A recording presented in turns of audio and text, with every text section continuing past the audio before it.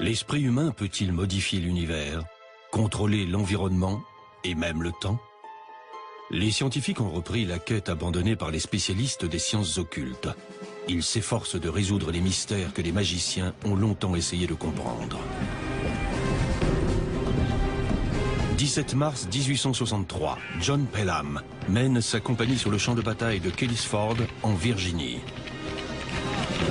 Pelham était réputé pour son courage, mais cette bataille devait être sa dernière. Plus d'un siècle plus tard, à Chicago, dans l'Illinois, Margaret Barrett ressent une vive douleur dans la tête. Cette infirmière du Midwest pourrait-elle être liée d'une manière ou d'une autre avec un commandant de la guerre civile américaine? Margaret pense qu'elle était le commandant dans une vie antérieure.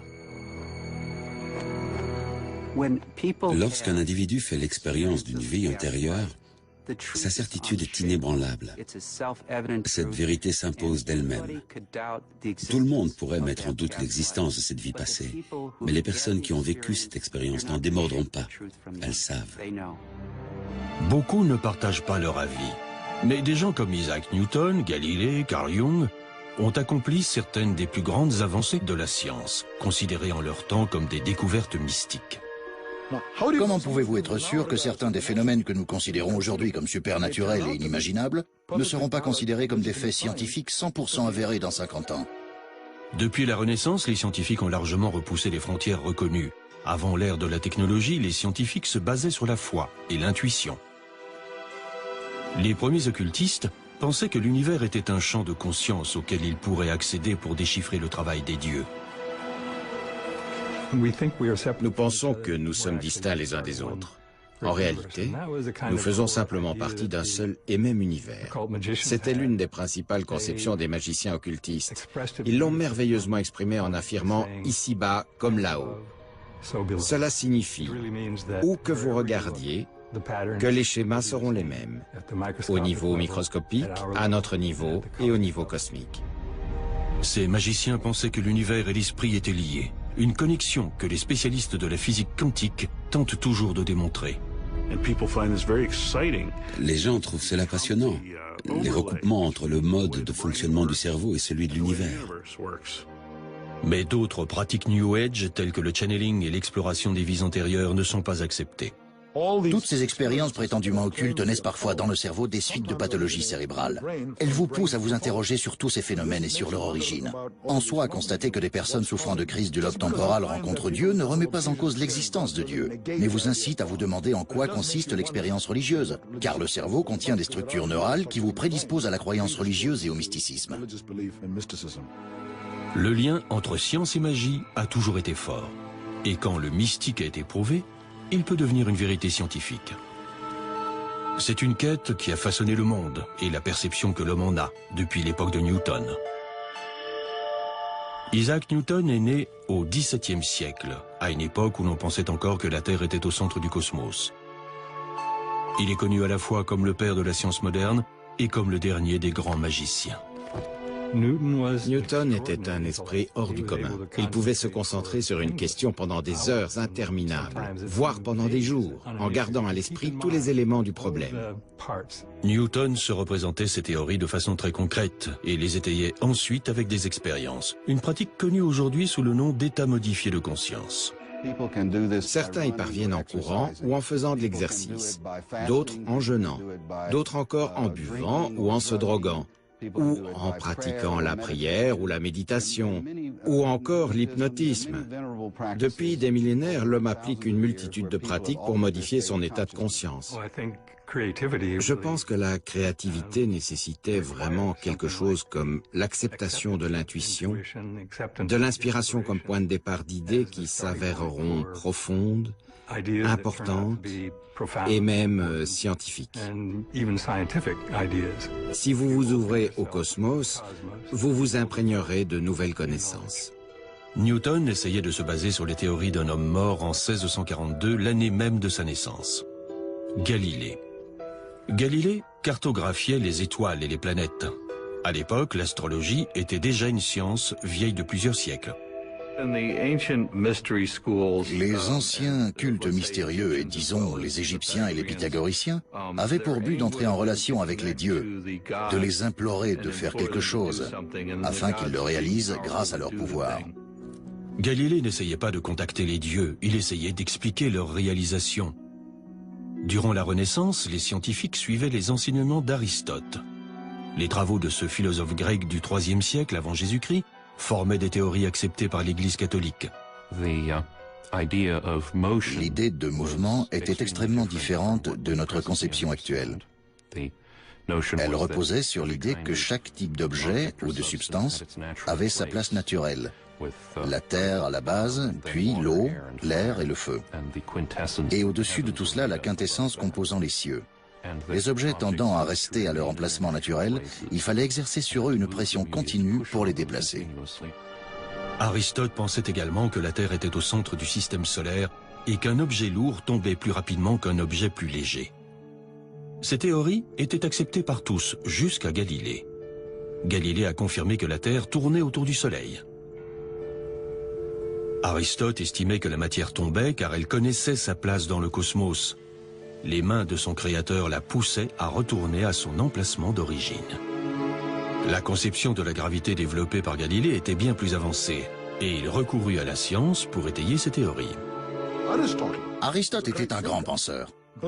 Il pensait que les objets lourds tombaient bien plus vite que les objets légers, et il ne lui aurait fallu que 5 minutes pour le vérifier. Il n'avait qu'à monter en haut d'un bâtiment, prendre une roche et un petit poids et les laisser tomber en même temps. Il ne l'a jamais fait, tout simplement parce que le concept d'expérimentation est étranger à l'esprit humain. Mais pas celui de Galilée. Il a réalisé l'expérience et a découvert que tous deux tombaient à la même vitesse. C'est pourquoi nous considérons Galilée comme un grand génie, car il affirmait que nous pouvions nous interroger sur la nature sans avoir d'idées préconçues, que nous pouvions aborder les choses en faisant preuve d'ouverture et s'interroger sur ce qui se passe quand on jette un gros caillou et un petit poids. Par cette simple expérience, il a découvert quelque chose de contraire à l'intuition, que tout le monde pouvait tester et vérifier. Galilée a complètement discrédité la vision sacrée du monde développée par Aristote et défendue par l'Église. Il a payé cher cette remise en question. Les cardinaux de l'Inquisition rejetèrent ces théories. Il continua à les publier, ce qui le fit condamner pour hérésie. Galilée fut placé en résidence surveillée en 1633 et vécut le reste de sa vie sous l'œil vigilant de l'Inquisition. Il fallut 350 ans à l'Église pour reconnaître qu'elle s'était trompée. Entre-temps, Newton avait confirmé les conclusions de Galilée. Isaac Newton était un personnage fascinant. Il est né le jour de Noël. Orphelin de père, il a été élevé dans un environnement plutôt austère. Il fréquenta l'université, il ne la quitta pour ainsi dire jamais, et passa le reste de sa vie à étudier. Depuis sa jeunesse, il étudia tout ce que l'univers offrait à étudier. La Renaissance était alimentée par la redécouverte de textes grecs et occultes primitifs, oubliés depuis longtemps. Les scientifiques comme Newton étaient excités à l'idée de découvrir de nouvelles idées dans le domaine de la science, de la religion et de la magie. Newton n'était pas qu'un scientifique, il était aussi un alchimiste déclaré. La plupart des personnages les plus brillants de l'histoire, dont Newton fait partie, ont pratiqué l'alchimie et mené différentes quêtes occultes, car ils souhaitaient découvrir le fonctionnement des choses et aller aussi loin que nécessaire pour satisfaire leur esprit curieux. Du temps de Newton, il n'existait pas de frontière claire entre magie, spiritualité et science. Les scientifiques recouraient à toutes les méthodes disponibles pour approfondir leurs connaissances. Newton passa des années à chercher le joyau de l'alchimie, la pierre philosophale. Celle-ci n'était pas une pierre à proprement parler, mais un niveau supérieur de conscience qui permettait des avancées scientifiques et spirituelles. Seul dans son laboratoire à mener ses recherches d'alchimie, Newton pouvait passer des jours sans dormir et manger. Les spécialistes de la créativité la décomposent en plusieurs étapes. Il faut d'abord apprendre énormément, puis laisser ce savoir incuber, bouillonner en vous, avant qu'il ne se transforme en une sorte d'inspiration. C'est également ce que les alchimistes cherchaient à faire, et ce que Newton est parvenu à faire avec tant de succès. Newton a repris le défi de Galilée consistant à réfuter la théorie d'Aristote. En se penchant sur la théorie d'Aristote concernant la chute des objets et sur l'orbite des planètes, Il a fait la plus grande découverte de la physique, la gravité. Cette découverte était révolutionnaire. En réfléchissant à la gravité, Newton devait concevoir l'idée que deux corps peuvent s'attirer à distance. Aujourd'hui encore, nous avons du mal à expliquer le phénomène. Comment le Soleil peut-il bien savoir que Jupiter est dans les parages? Qui peut le savoir? La génération émergente de scientifiques empiriques avec beaucoup de mal à concevoir qu'un objet puisse en affecter un autre sans le toucher, sans lui être lié en aucune manière. Newton déboule alors avec cette théorie mathématique qui recoupe parfaitement les observations astronomiques, mais qui implique l'existence d'une force entre ces deux éléments, alors que rien ne les lie.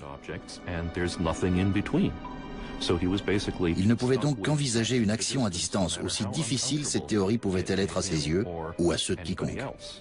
Newton fut également le premier à découvrir les propriétés de la lumière et estimait qu'elle était composée de particules.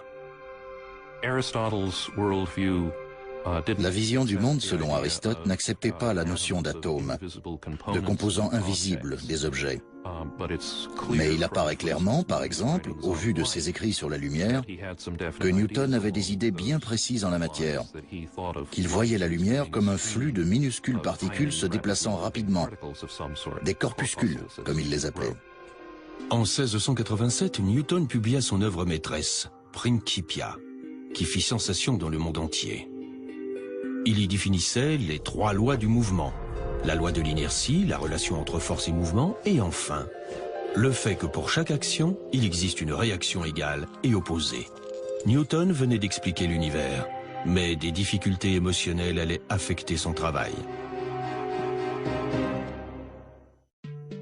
La fin du XVIIe siècle apportait son lot d'avancées scientifiques importantes.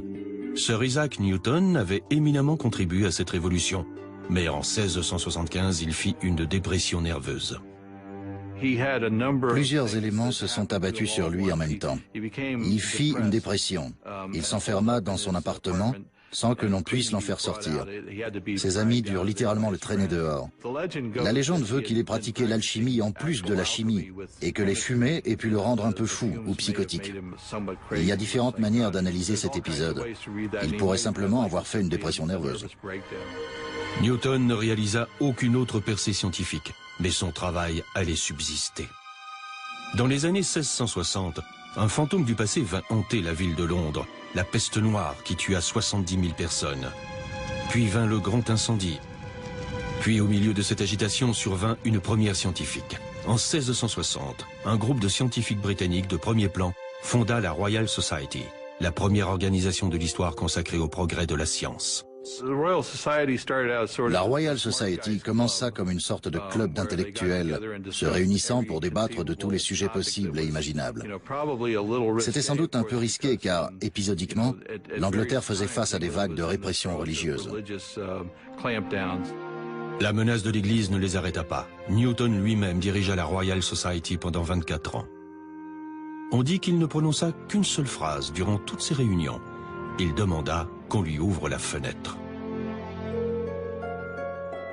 Mais sa recherche quasi mystique allait inciter une autre génération à examiner l'univers de l'intérieur.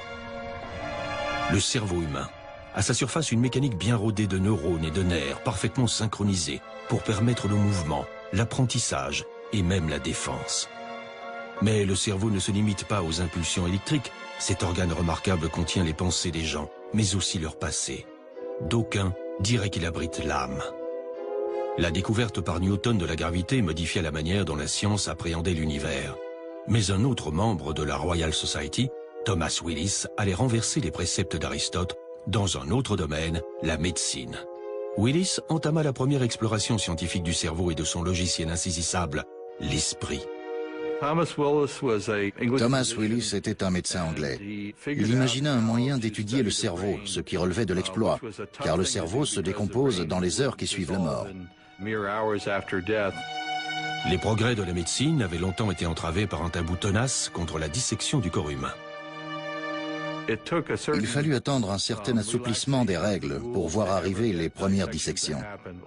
Souvent, ceux qui la pratiquaient étaient en fait des criminels. Ils étaient considérés comme tels, même s'ils étaient des scientifiques.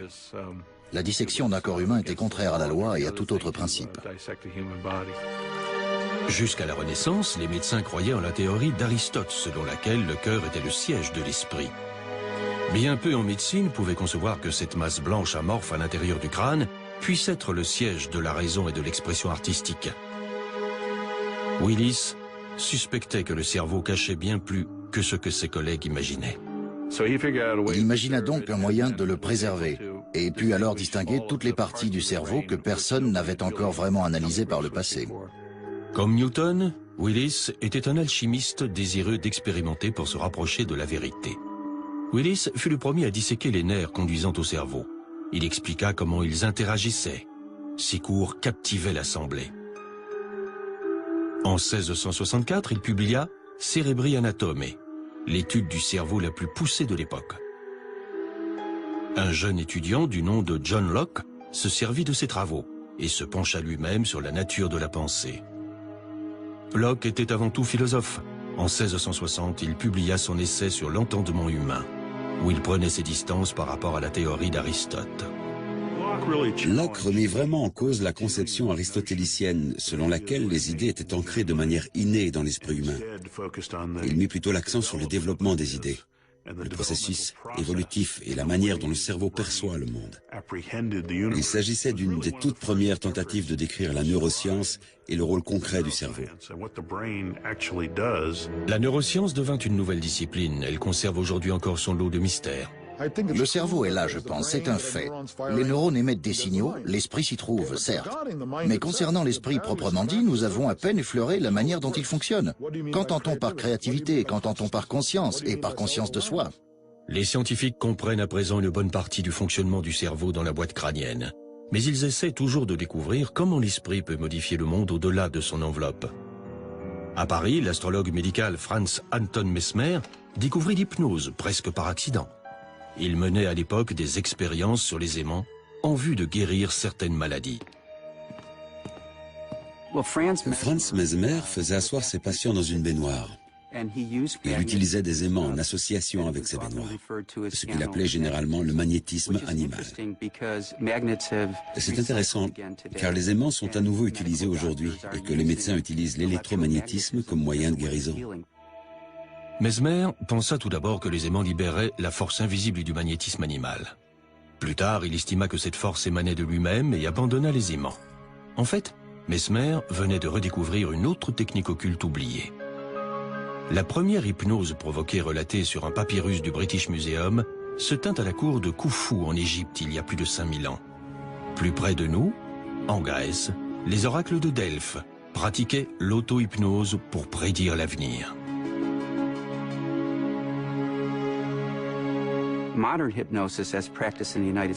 L'hypnose moderne telle que pratiquée aux États-Unis voit le jour avec Franz Mesmer. Mais si on remonte plus loin, chaque culture connaît un moyen d'entrer en transe, que ce soit par la musique, la danse ou la méditation assise. Le traitement de Mesmer devint populaire dans les années 1770 et sa renommée crut rapidement, tandis que des légions de patients se déclaraient guéris grâce au mesmérisme. Mesmer parvenait à faire entrer les gens en transe et à leur suggérer des pensées positives, comme guérir ou se sentir mieux. Cela le rendit célèbre à tel point qu'un comité scientifique, dont un des membres n'était autre que Benjamin Franklin, dut s'efforcer de définir si les effets de cette méthode étaient réels ou pas. Ils conclurent que le mesmérisme fonctionnait, mais que, selon eux, c'était là le fruit de l'imagination plutôt que d'un quelconque principe opératoire. Mesmer était considéré par beaucoup comme un charlatan. Mais en 1843, le chirurgien londonien John Elliotson commença à recourir à ce qu'il appelait le coma mesmérisant pour réaliser de lourdes opérations chirurgicales sans douleur. L'anesthésie n'existait pas encore et la technique d'Elliotson lui permit de réaliser avec succès plus de 300 opérations. L'influence de Mesmer ne dura qu'un temps. Avec la découverte de l'éther, l'hypnose fut à nouveau délaissée par la médecine traditionnelle. Ainsi, au lieu de développer la théorie que nos croyances pouvaient nous aider à guérir et à récupérer, les médecins se contentèrent de jeter aux oubliettes les travaux de Mesmer. Mais Mesmer avait jeté les bases de l'hypnose moderne, une pratique aujourd'hui reconnue comme une forme de traitement par le monde médical. L'hypnose se fonde sur la suggestion, l'imagination. Notre corps ne fait pas la différence entre une expérience réelle ou expérience imaginée. Une étude consacrée à la colère et aux maladies cardiaques a été réalisée récemment. Pour fâcher les gens, il suffisait de les laisser imaginer des situations susceptibles de les énerver. Alors qu'ils s'imaginaient énervés, leur organisme répondait comme s'ils avaient réellement une raison ou un motif d'être en colère. Et s'ensuivait un changement qu'ils pouvaient identifier. Mais la véritable force de cette expérience est d'avoir mis en évidence la puissance de l'imagination. Notre imagination peut nous mettre en colère ou nous rendre heureux et pacifiques. C'est à nous de choisir entre la joie et la colère. Un pan entier de la médecine alternative, utilisant les techniques d'imagination pour favoriser la guérison, a ainsi vu le jour. Plus de 22 études ont été réalisées sur la visualisation et le traitement du cancer. 18 d'entre elles indiquent de manière concluante que la visualisation aide à lutter contre le cancer. Rien de surprenant à cela en fin de compte. Le cerveau régule nos fonctions corporelles.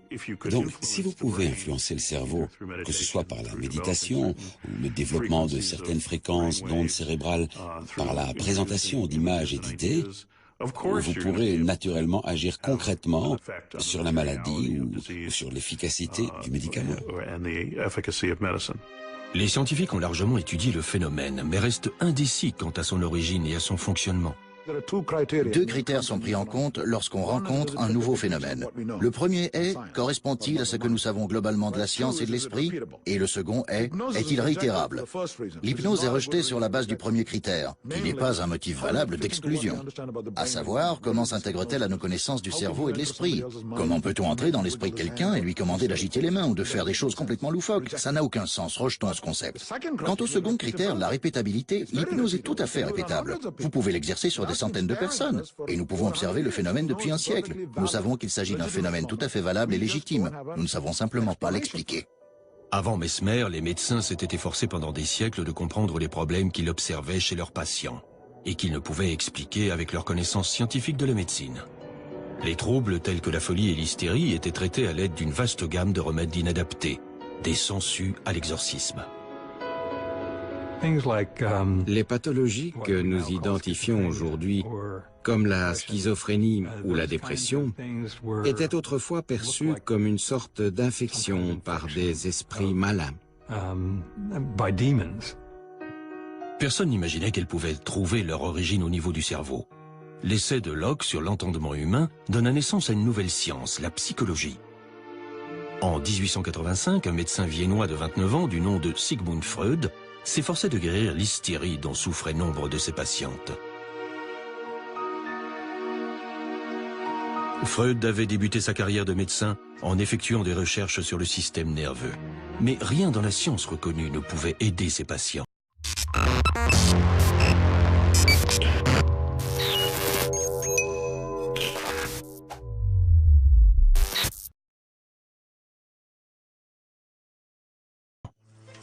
En 1885, l'humanité était en mouvement.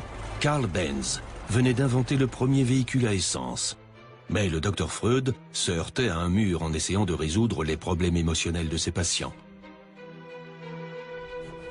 Il expérimenta donc l'hypnose. Il allongea ses patients et découvrit qu'ils se rappelaient des traumatismes passés.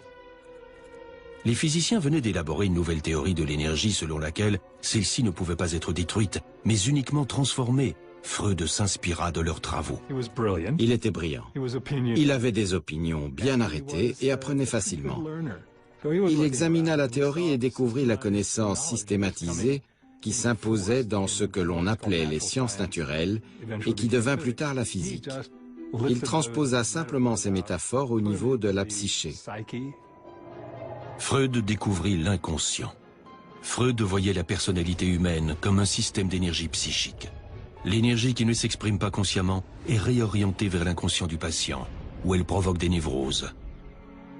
Freud identifia l'énergie sexuelle réprimée comme la principale cause de toutes les maladies mentales. Ces idées, comme nous le reconnaissons tous, sont toujours largement suivies. Nous pensons toujours à des concepts tels que le refoulement de nos motivations les plus profondes et leur remplacement par des motivations de substitution. Il s'agit d'une extrapolation freudienne du modèle physique vers le domaine psychique. Freud inventa la psychanalyse comme moyen de libérer les traumatismes sexuels enterrés dans l'inconscient. C'était la nouvelle frontière de l'étude de la conscience. Et si une bonne partie du travail de Freud tomba finalement en disgrâce, ce travail servit néanmoins de base à la psychologie moderne. Freud, qui était conservateur, ne se serait jamais défini comme un occultiste, mais l'un de ses disciples s'avérerait être à la fois un pionnier en la matière et un spécialiste de l'occulte. Il voulait tout savoir sur tout, il lisait tout. Il a voyagé en Afrique, en Inde et en Amérique. Il avait un appétit vorace pour l'expérience et pour la compréhension de la psyché en tout temps, en tout lieu et aux quatre coins de la planète. Carl Jung est né 10 ans avant que Freud n'invente la psychanalyse. Fils d'un pasteur protestant, Jung réalisa des expériences de spiritisme. Il devint psychologue en vue d'explorer les dimensions de l'esprit, sans jamais perdre pour autant sa fascination pour l'occulte. Son héros Freud devint à la fois son mentor et son pire ennemi. Il ne rencontra pas Freud avant 1907, et lorsqu'ils se rencontrèrent, ils parlèrent pendant 13 heures d'affilée. L'occulte fut l'une des questions abordées. Avant leur rencontre, Jung avait défendu la théorie freudienne sur l'origine sexuelle de l'hystérie. Il l'avait défendue publiquement, mais il ne pensait pas qu'elle expliquait tout. Au cours de leur discussion de 13 heures, Freud prit à un moment un air extrêmement grave, fixa Jung du regard et lui dit « Mon fils, promettez-moi une chose, promettez-moi de ne jamais abandonner la théorie sexuelle et d'en faire un dogme, un rempart inébranlable contre le torrent de boue. » Il hésita un instant et poursuivit « contre le torrent de boue de l'occultisme. » Jung refusait de croire que la répression sexuelle pouvait tout expliquer, et il n'était pas prêt à renoncer à l'occulte. Mais Freud s'assura qu'il le regretterait. Au moment de sa rupture avec Freud, Jung était président de l'Association de psychanalyse internationale. Et Freud ne voulait pas laisser Jung en charge de la boutique. En coulisses, dans ce que l'on pourrait appeler une manœuvre occulte, Freud forma donc un petit comité. Il donna à chacun de ses membres une petite chevalière et leur fit tous jurer de garder le silence. Ils commencèrent ensuite à comploter sur la manière de se débarrasser de Carl Jung. Après sa rupture avec Freud, Jung entre dans une dépression qui durera 6 ans. Il se retire dans sa maison de campagne à Bollingen. Comme Newton, des siècles avant lui, il part alors à la recherche de sa propre pierre philosophale. Jung construisit une tour à Bollingen. À certains égards, il la construisit de ses propres mains et il grava des figures mystiques sur divers types de pierres. Il cuisinait sur une petite cuisinière au bois d'allure primitive. Il coupait du bois à l'extérieur. Il se rendait au lac voisin. Il dormait sur un lit de camp. C'était le type de retraite propice à l'introspection qui lui permettait de vivre ses propres expériences psychologiques. Il lutta contre sa propre dépression et mit au point un nouveau type de psychologie, profondément empreinte de pensées mystiques. Carl Jung utilisait des cartes de tarot ainsi que l'astrologie, mais surtout, dans un cas comme dans l'autre, il croyait en l'intuition. Il déclara un jour que le travail du thérapeute est d'aider le patient à découvrir l'intuition et que, lorsqu'il y parvient, le travail est pour ainsi dire terminé. Durant sa retraite, Jung conclut que l'astrologie, l'alchimie, la mythologie et le yin-jing étaient les voies par lesquelles les premiers magiciens comprenaient la conscience humaine. Mais sa plus grande avancée est qu'il perçut la psyché comme un champ énergétique dépassant largement le cadre d'une seule personnalité. Il appelait ça l'inconscient collectif.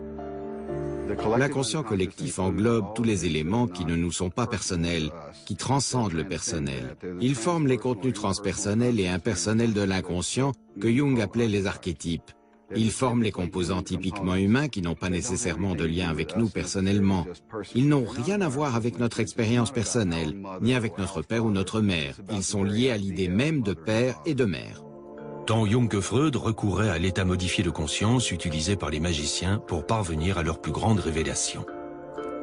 Freud pratiquait la méthode de libre association, tandis que Jung utilisait la méthode d'imagination active, par laquelle vous induisez volontairement une fantaisie et vous parlez à des aspects de vous-même qui sont personnifiés sous une forme d'image. Cette méthode se rapproche de celle des occultistes, des médiums ou des adeptes du spiritisme, qui pensent parler aux morts alors qu'ils s'adressent en fait à eux-mêmes ou à leurs nombreuses personnalités intérieures. Là où Freud avait réduit la personnalité à une accumulation de névroses alimentées uniquement par la répression sexuelle, Jung plaçait l'individu à un niveau supérieur. Il l'intégrait à une humanité au sens large, ayant un sens et une continuité. Nous possédons à la fois un inconscient personnel et un inconscient collectif. L'inconscient personnel est davantage aligné sur notre âme, et notre inconscient collectif se compose de la sagesse, des archétypes, des mythes, des données universelles auxquelles chacun peut accéder. Nous suivons donc chacun notre voie individuelle et une voie collective. Les idées de Jung ont inspiré de nombreuses pratiques New Age. Le channeling pourrait provenir d'un concept tel que l'inconscient collectif de Jung. La plupart de ses adeptes vous diront sans doute qu'il provient d'un niveau de sagesse supérieur, et peut-être est-ce la même chose. Il s'agit certainement d'un type de concept proche de l'inconscient collectif, mais sa représentation typique est qu'un être, un esprit défunt, ou peut-être un groupe d'entre eux, existe actuellement dans une autre dimension, mais a choisi de nous venir en aide en diffusant une partie de sa sagesse au travers de nos amis ou de nos voisins. Dans les travaux de Jung, les rêves pouvaient produire des visions intéressantes. Certains psychologues ont poussé ce concept un pas plus loin et ont développé une technique appelée rêve lucide. Les rêves lucides forment une catégorie spécifique dans laquelle non seulement vous rêvez, mais vous avez conscience que vous rêvez, et vous pouvez même peut-être influer directement sur le cours du rêve. Mais l'influence de Jung ne s'est pas limitée à la psychologie. Ses travaux ont inspiré un physicien qui allait s'efforcer d'établir un lien entre l'occulte et la science. Pendant des siècles, l'étude de l'univers et celle de l'esprit ont formé des disciplines distinctes. En 1905, Jung, alors âgé de 30 ans, rencontra un jeune Allemand travaillant comme employé de bureau dans un office suisse des brevets. Son nom, Albert Einstein. Au fond de lui, Einstein était à certains égards un mystique. Enfant, il avait observé les mouvements de l'aiguille d'une boussole et s'était juré de découvrir un jour l'esprit de Dieu. Comme Newton, il entrait dans un état modifié de conscience qu'il appelait exercices mentaux et réalisait ses découvertes de manière instinctive. Il ne les étaya par des formules et des preuves que par la suite. Cette année-là, Einstein publia 5 articles sur la physique nouvelle dans le journal Annalen der Physik. Des théories réécrivaient les règles de l'univers. Il y exposait sa théorie de la relativité, selon laquelle le temps et l'espace sont des notions relatives et changeantes et non absolues. Newton développa les concepts extraordinaires que sont les lois du mouvement, de la gravité, etc., qui ressemblaient à du travail d'horlogerie. Elles contentèrent tout le monde, bien qu'elles aient été révolutionnaires pour l'époque, car elles révélaient que le monde et l'univers formaient une horloge géante et que celle-ci fonctionnait de manière parfaitement ordonnée. Puis Einstein est arrivé en affirmant « Certes, c'est peut-être vrai, mais c'est aussi relatif ». Il chamboula à nouveau toute la perception du monde. Dans ses notes autobiographiques, Einstein demandait pardon à Newton pour avoir révolutionné la physique. Einstein avait enfin résolu une contradiction que Newton avait observée il y a des siècles concernant le comportement de la lumière. Le fait qu'elle agissait comme une onde, mais aussi parfois comme une particule. Au passage, il confirma aussi l'intuition de Newton concernant l'existence des atomes. On appelle cela l'effet photoélectrique. Si vous projetez une lumière brillante sur un morceau de métal, il frappera des électrons et les libérera. Et la théorie des ondes n'expliquait pas les détails de ce processus. Puis survint Einstein en 1905. Il put expliquer parfaitement l'effet photoélectrique en énonçant que, quand la lumière interagit avec le métal, elle intervient sous forme d'amas discrets d'énergie, qui dépendent de la fréquence de la lumière et non de son intensité. La lumière reste donc bien une onde, la fréquence est un concept fondamentalement associé aux ondes, mais agissant comme une particule. Des années plus tard, Jung déclara que le génie d'Einstein avait influencé l'ensemble de son travail intellectuel. La théorie photoélectrique d'Einstein posa aussi les bases des contradictions à venir du monde subatomique, la physique quantique. La conscience s'avérait avoir une incidence sur l'univers. Einstein avait pour intime conviction, sur le plan philosophique, qu'une théorie de la physique se devait d'être complète. Que si vous connaissez tout ce qu'il y a à savoir sur un système, vous pouvez prévoir tout ce qu'il fera, et donc anticiper. En physique quantique, il n'y a pas d'absolu. Tout change en fonction de l'observation. Einstein affirmait que Dieu ne jouait pas au dé avec l'univers. Il le répétait si souvent que l'un de ses collègues lui lança un jour « Vas-tu arrêter de dire à Dieu ce qu'il doit faire ?» Einstein rejetait la physique quantique, mais celle-ci ne pouvait être ignorée. Et les concepts de l'occulte allaient aider certains à comprendre ce territoire inexploré.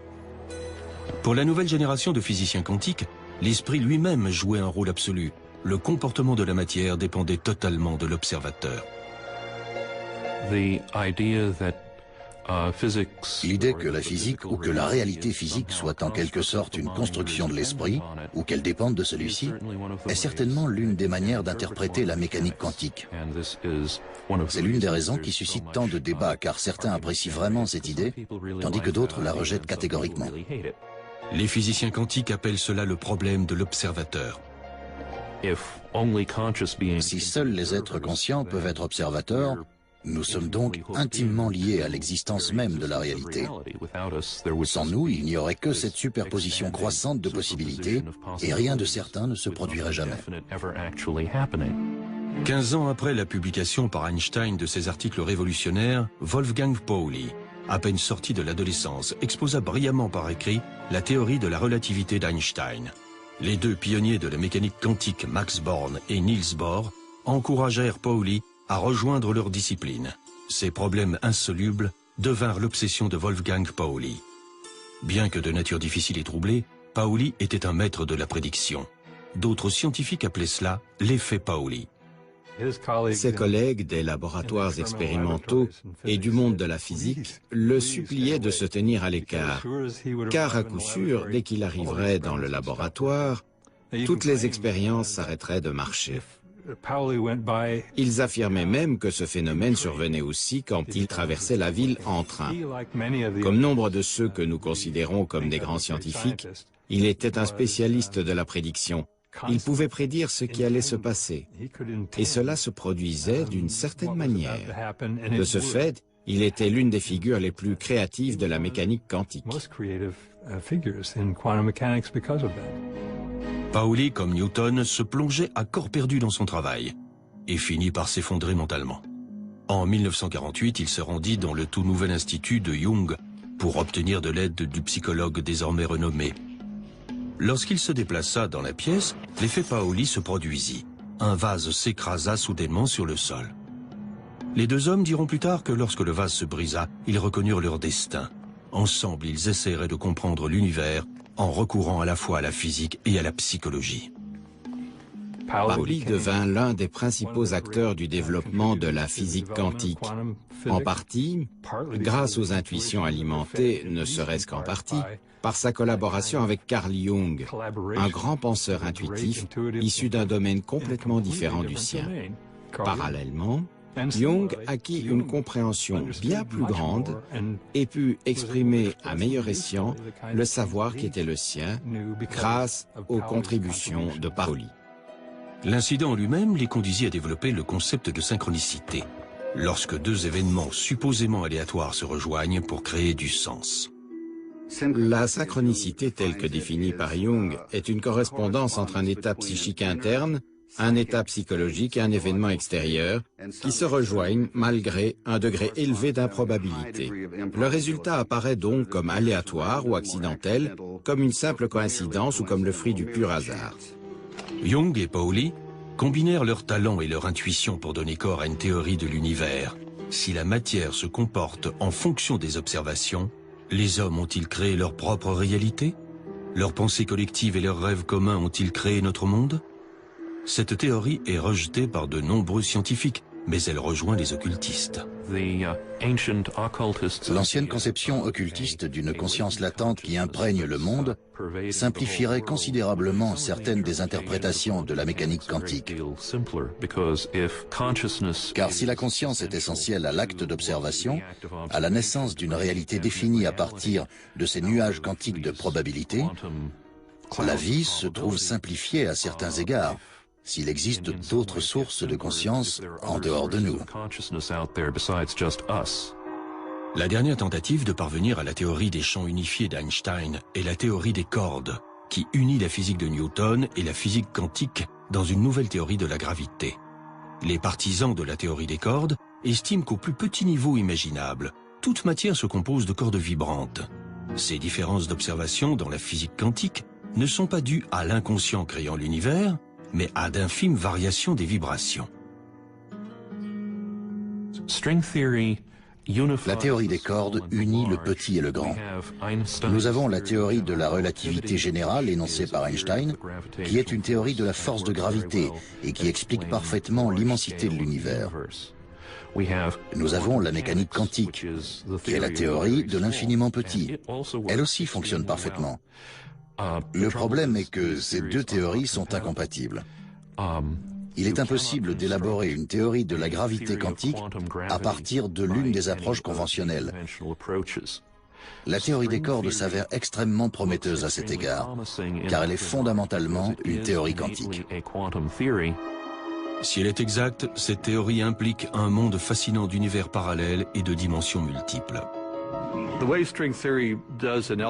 L'élégance de la théorie des cordes, c'est qu'elle implique l'existence de ces minuscules éléments appelés cordes, qui composent toutes les autres particules présentes dans l'univers, et qui sont en fait de l'énergie à l'état pur. Nous sommes ainsi arrivés aux plus petites particules qui soient. Et puisqu'elles se composent exclusivement d'énergie, nous pouvons nous considérer comme de l'énergie pure, ce qui satisferait de nombreuses personnes. Cette théorie est acceptable sur le plan religieux, sur le plan chimique et sur le plan physique. Mais elle pourrait ne jamais être prouvée. De tout temps, les scientifiques ont modifié notre monde, au travers de méthodes qui semblaient au départ relever de la magie. En 1895, Konrad Röntgen testait des rayons cathodiques lorsqu'il observa une lueur verte sur un écran peint de son établi. Mais le tube abritant les rayons cathodiques était recouvert de papier noir, ce qui signifiait que ces rayons invisibles pouvaient traverser un solide. Poussant plus loin ses investigations, il découvrit que les rayons pouvaient traverser la peau, révélant les os de la main de sa femme. Imaginez la réaction des gens face à ce phénomène. Imaginez que quelqu'un vous dise « Voici une table et un tiroir. À l'intérieur de celui-ci, il y a une sorte de film.